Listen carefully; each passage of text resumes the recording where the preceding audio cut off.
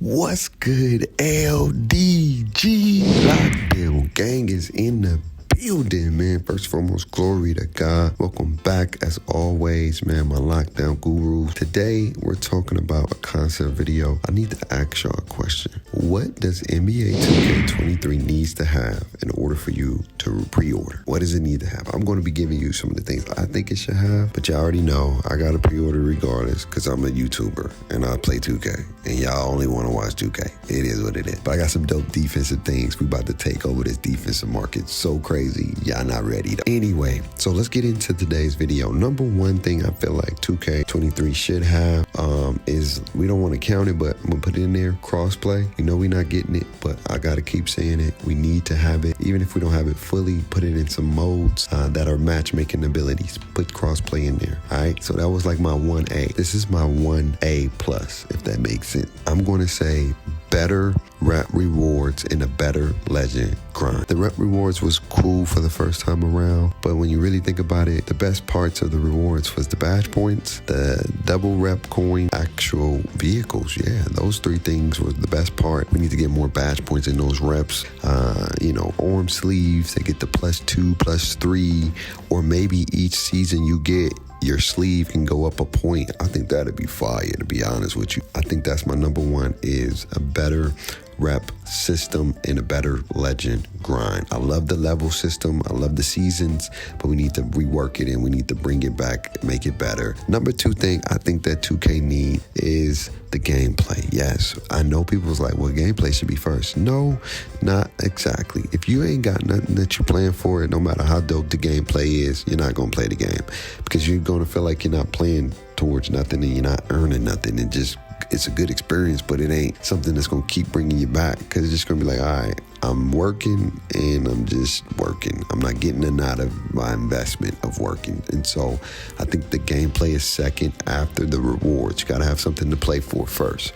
Now the gameplay has to matter, and I mean by this is balance gameplay.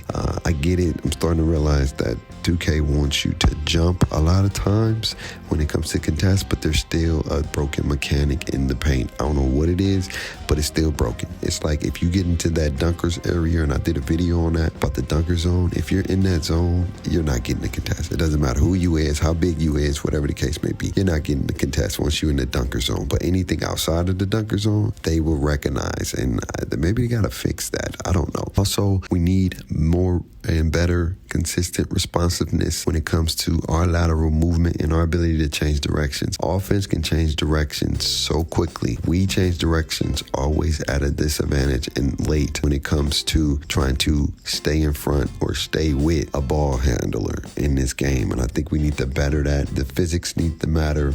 The attributes need to matter. All these things need to play in a role rather than just the animations taking control and the badges taking control majority of the time. Everything has to intertwine. It has to play and coincide with each other. So balanced gameplay should be dope. Better defense, better offense, cohesiveness, and it works where it's not one side is one over dominant than the other side. Number three, this will help with balanced gameplay, will be a new and improved archetype system.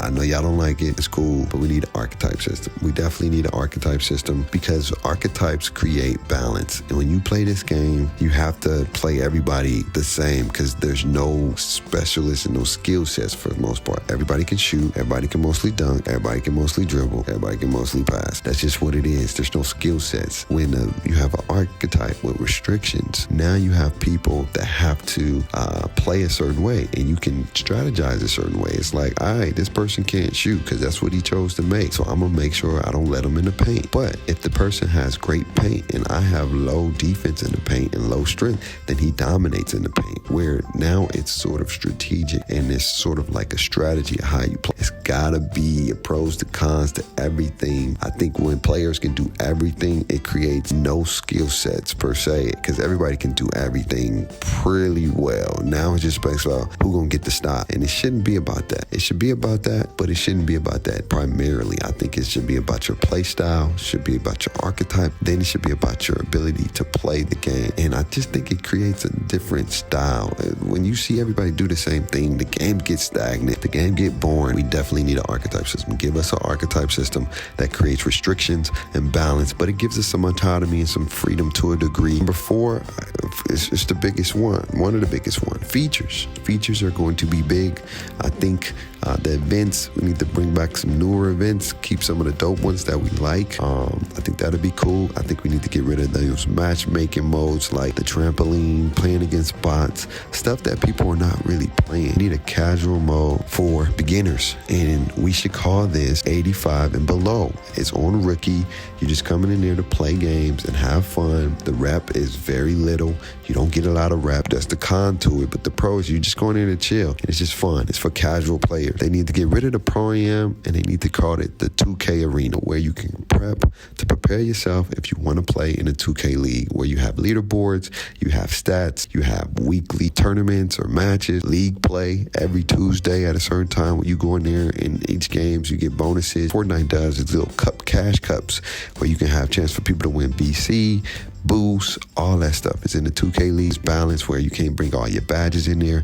You have to select what badges you want to use. It's a strategic aspect, but it's a competitive mode. The rec center needs to get revamped. It needs to get away from the whole jerseys and just make it shirts and skins. You can come in with the shirt, you can come in with the skin. You have 2 ways to join. You have a team, then you have a non-squad rec. If you go in there without a squad, you're going to get played with people who don't have squads either. So y'all all just randomly getting squatted up. Anything 3 or below, you go no squad. Anything 4 and higher, you go squad. That's just what it is. Let's call it spade a spade. Keep it simple. And then the park, I think you need to bring back some entitlement to the affiliations. If you do that, we got something in. Where the Beast of the East got good defensive attributes, passing attributes for the Wildcat, playmaking attributes for the Knight, sharpshooting for the Snipers or the Vipers, aka. I think you do that in 2K23, we got ourselves a game. It's your boy Bake. Let me know in the comments below. Live life, stress less, rock, and one of the best. Without God, my life would be a mess. Always remember to have faith, hope, and love.